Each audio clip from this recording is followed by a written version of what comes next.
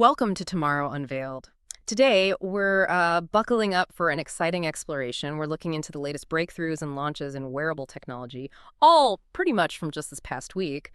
Our mission, really, is to cut through the noise and show you how these innovations are, well, fundamentally changing how we interact with the digital world. Mm. We're moving way beyond simple step counting here, towards truly integrating technology into our lives. It's definitely clear the wearable market is undergoing the significant shift, Mm. a real change. Mm. We're moving from that passive data collection, like your older fitness trackers, to much deeper human-computer integration.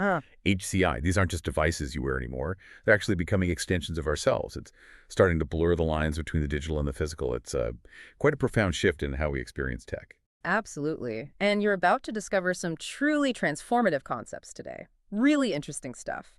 We'll unpack revolutionary display tech, dive into some fascinating neural interfaces, explore advanced haptics, and also see the rise of smart on-device AI. Lots going on. We'll look at key product launches, dig into groundbreaking research, examine real-world applications, and importantly, also consider the very real challenges that, still need sorting out.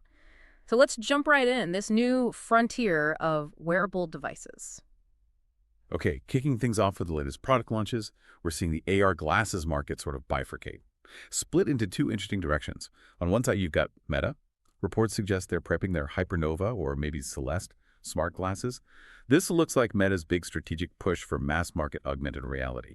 And their approach to interaction, well, it's pretty unique. Yeah, what's particularly innovative there is the series Neural Wristband. It uses something called surface electromyography, SEMG for short. Basically, it translates incredibly subtle finger intent, like just a tiny pinch. Just a pinch. Yeah. Exactly. Into device commands. This isn't just a new clicker, right? Well, it could be a quiet revolution in interaction. Imagine, discreetly controlling your glasses in a meeting or on the bus, or even during something complex like surgery. No speaking, no obvious finger lifting. It makes the tech truly invisible, always on. It's a fundamental shift, potentially, in how and when we interact. That idea of a post-touch, post-voice interface, that's genuinely captivating, isn't it? And Meta's design philosophy for the glasses themselves seems just as deliberate. They're apparently opting for a small monocular heads-up display, a HUD, designed for what they call glanceable information, quick notifications, maybe navigation, AI responses, stuff like that. Right, and that choice has knock-on effects. It helps keep the device lightweight, reportedly around 70 grams, Yeah. which also helps significantly extend battery life. And maybe crucially makes it more socially acceptable for, everyday wear, not so intrusive. And the strategy seems aggressive too. An estimated $799 price point, including the wristband, plus a planned SDK release. It's a clear move to seed a new ecosystem and maybe establish this gesture-based neural interface as a standard before competitors really pile in. Now, in stark contrast, you've got the INMO Air 3 all-in-one AR glasses. These just debuted at IFA 2025. And they present a very different vision, a different target user. INMO seems to be targeting prosumers, developers, maybe enterprise users. The focus is really on raw performance. Right. This device is kind of a powerhouse. It's sporting the world's first all-in-one AR glasses with a 1080p full-color optical waveguide display. So what that means for you, the user, is incredibly vivid, really crisp images projected right into your line of sight. Think 600 nits of brightness across a 36-degree field of view, which is pretty bright, and all from a fully untethered standalone unit, no wires. Like carrying a high-def monitor in front of your eyes, but without the monitor or the cables. Exactly. That kind of standalone power is really impressive.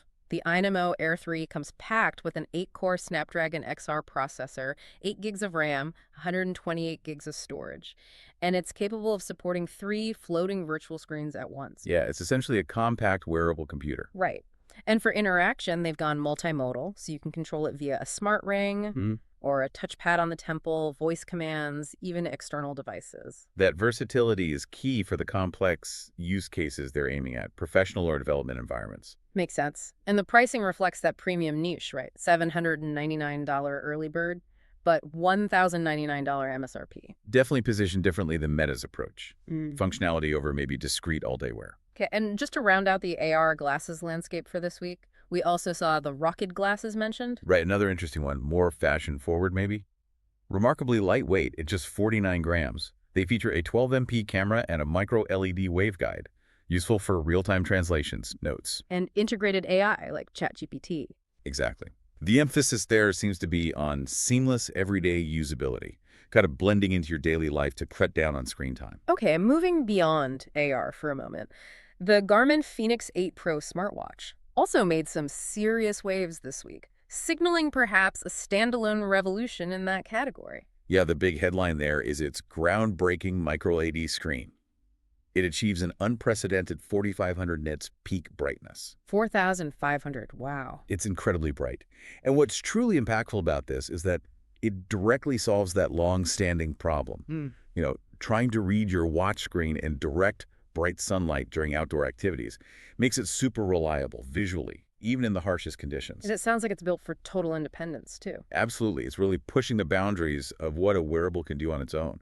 It integrates LTE-M, cellular connectivity that's a low-power, wide-area tech, and crucially, Garmin's in-reach satellite communication as well. So it's a communicator anywhere. Pretty much. The combination transforms it into a mission-critical communication lifeline, virtually anywhere on the planet, completely autonomous from your smartphone. Okay, so that explains the price tag. Exactly. While it comes at a premium, $1,999.99 for the microLED model, it's clearly positioned for high-end prosumers and professionals. Think ultra runners, aviators, explorers, anyone needing absolute reliability in extreme environments.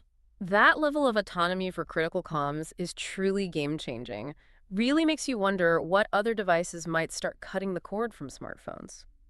Okay, now let's shift gears. Let's move from products you can actually buy, or soon will be able to the groundbreaking research, the stuff that's really architecting the future of interaction.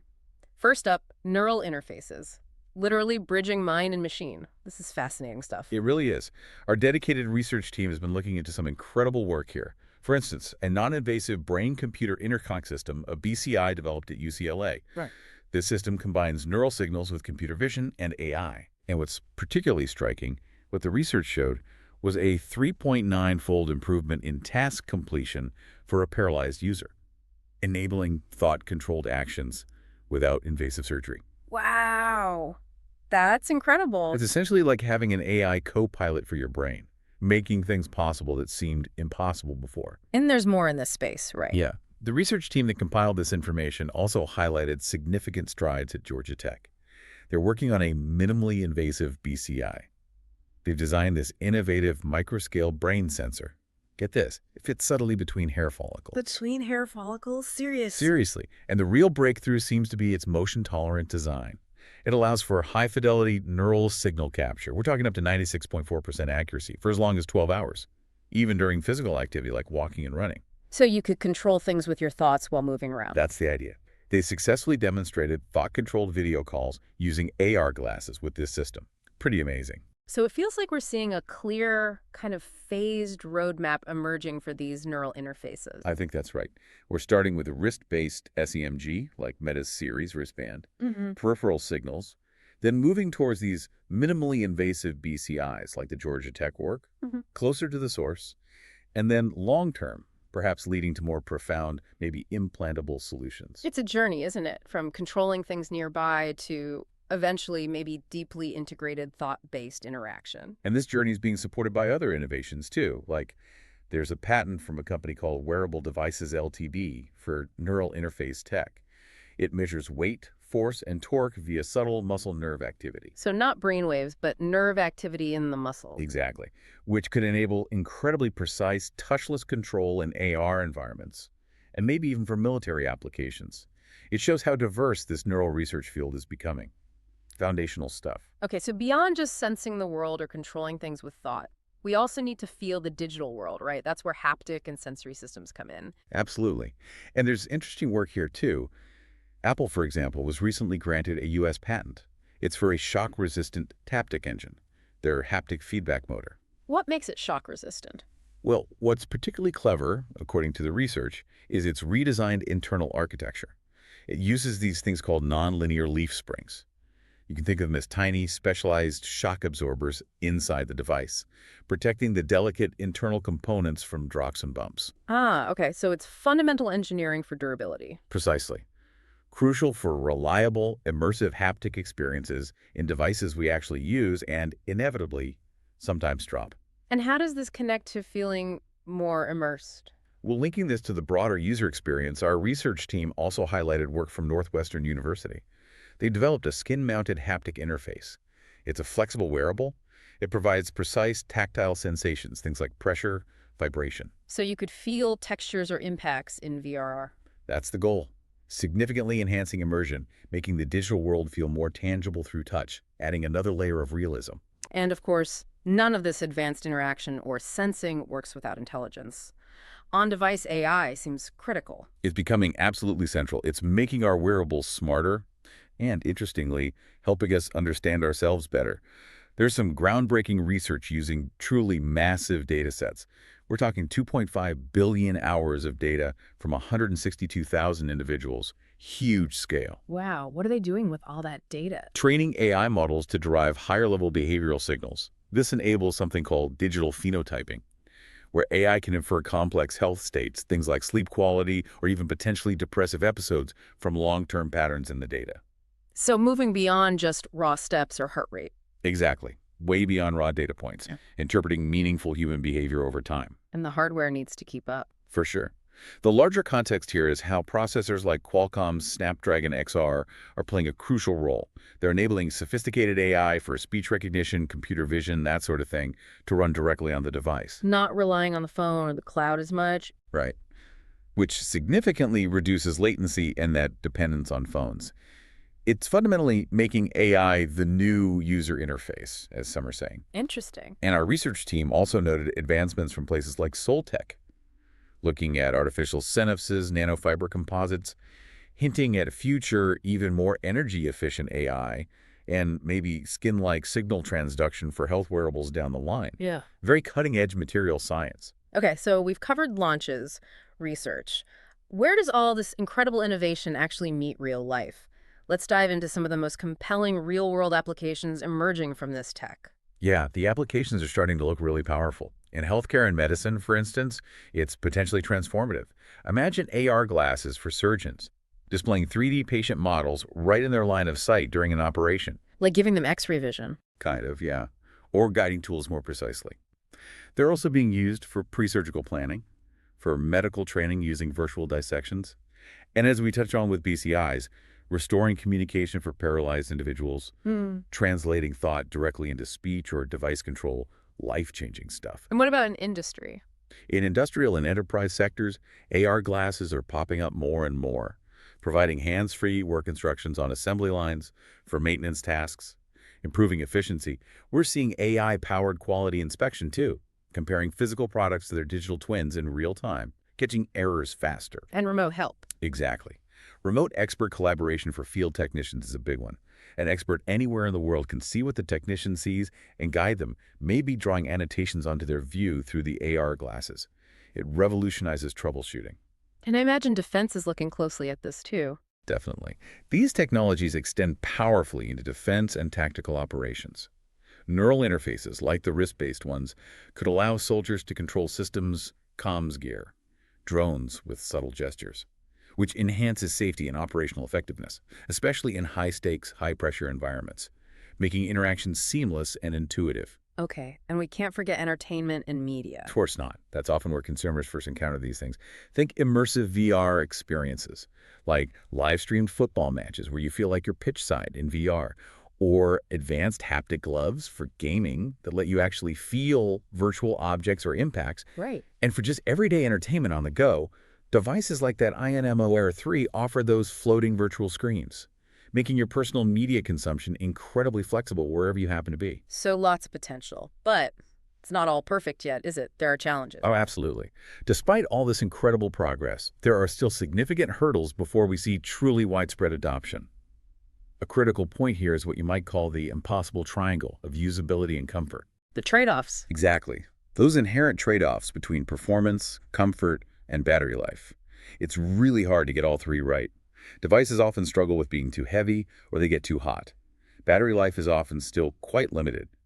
And that narrow field of view in many AR glasses creates that scuba mask effect people talk about. Yeah, that feeling of this is amazing tech, but also kind of a burden to wear. Right. And beyond just physical comfort, there's the lack of standardized UI/UX. user interfaces and experiences. Every new device feels like learning a whole new system, which makes the learning curve pretty steep for average users. And then there's the privacy and security angle. That feels particularly crucial here. It's huge. These devices, because they're so integrated, collect continuous, really intimate data, biometrics, behavior patterns, location, and soon maybe even neural data. And the AI can interpret that data in unexpected ways. That's the concern.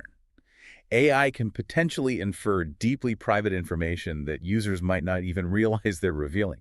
Things like your mood, stress levels, maybe even early signs of health conditions, all from subtle patterns. The traditional idea of informed consent really breaks down here. How do you fully explain that on a tiny screen or through a quick setup? Yeah, those privacy policies are hard enough to read on a laptop. Exactly. Plus, there's always the risk of algorithmic bias in how that data is interpreted. And of course, security vulnerabilities like weak encryption, exposing highly personal data. Okay, and what about regulations? Is the law keeping up? Well, that's another big challenge, navigating the regulatory void. There's often real ambiguity in classifying these devices. Is it general wellness or is it a medical device? And that distinction matters because it affects the level of required oversight, like from the FDA in the US. So some devices might bypass strict testing? Potentially. Some powerful health monitoring features might slip through as wellness, possibly exposing consumers to harm from inaccurate data or maybe even unsafe hardware. And it immediately raises these really complex questions about accountability. Who's liable if an AI makes a bad health recommendation or fails to spot a critical issue? It's tricky territory. Okay, it's definitely a complex picture. As we wrap up this exploration on Tomorrow Unveiled, let's try to distill the key takeaways. It seems clear wearables are rapidly shifting from just accessories to deeply integrated human-computer interfaces. That's the big trend. Definitely. And we've seen that clear split, that bifurcation in the AR market, mass market versus prosumer. We've seen unprecedented advances in neural tech, haptics as well. And the rise of that sophisticated on-device AI for understanding complex human behavior is really significant. So looking ahead, what should we expect next? Well, I think we can expect those wrist-based neural interfaces, the SEMG type, to gain some real traction fairly soon. MicroLED displays with that amazing brightness will likely become more widespread, though maybe still premium for a bit. And what's really noteworthy is there will be this continued intense focus on the fundamentals, improving battery life, managing heat, making them more durable, the practical stuff. And the regulators. Yeah, regulatory bodies will undoubtedly face increasing pressure. They'll need to clarify those classifications for health monitoring devices. We should expect more scrutiny, more calls for accountability in this rapidly evolving space. It feels like the incredible launches and breakthroughs just from this past week really show that the future of pervasive spatial computing isn't a question of if anymore, is it? It's really about how. Exactly. The real challenge now lies not just in more technical innovation, although that will continue, but maybe even more so in navigating these immense social, ethical, and usability hurdles that stand before us, getting it right for people. Which leads to a final thought for you, our listeners. How will you choose to strap in as this revolution inevitably accelerates? Something to ponder. And hey, if you're finding this insightful on YouTube, please do take a moment to like this video, subscribe to Tomorrow Unveiled, and definitely turn on notifications so you never miss an update on the future. Yeah, and if you're listening on a podcast service like Apple Podcasts or Spotify, we'd be incredibly grateful if you could leave us a rating and a review for Tomorrow Unveiled. It really does help us reach new listeners. We genuinely love hearing your thoughts. Whether you're on YouTube or your favorite podcast app, please leave a comment and let us know what you think about this week's wearable tech breakthroughs or anything else on your mind. Thanks so much for joining us on Tomorrow Unveiled.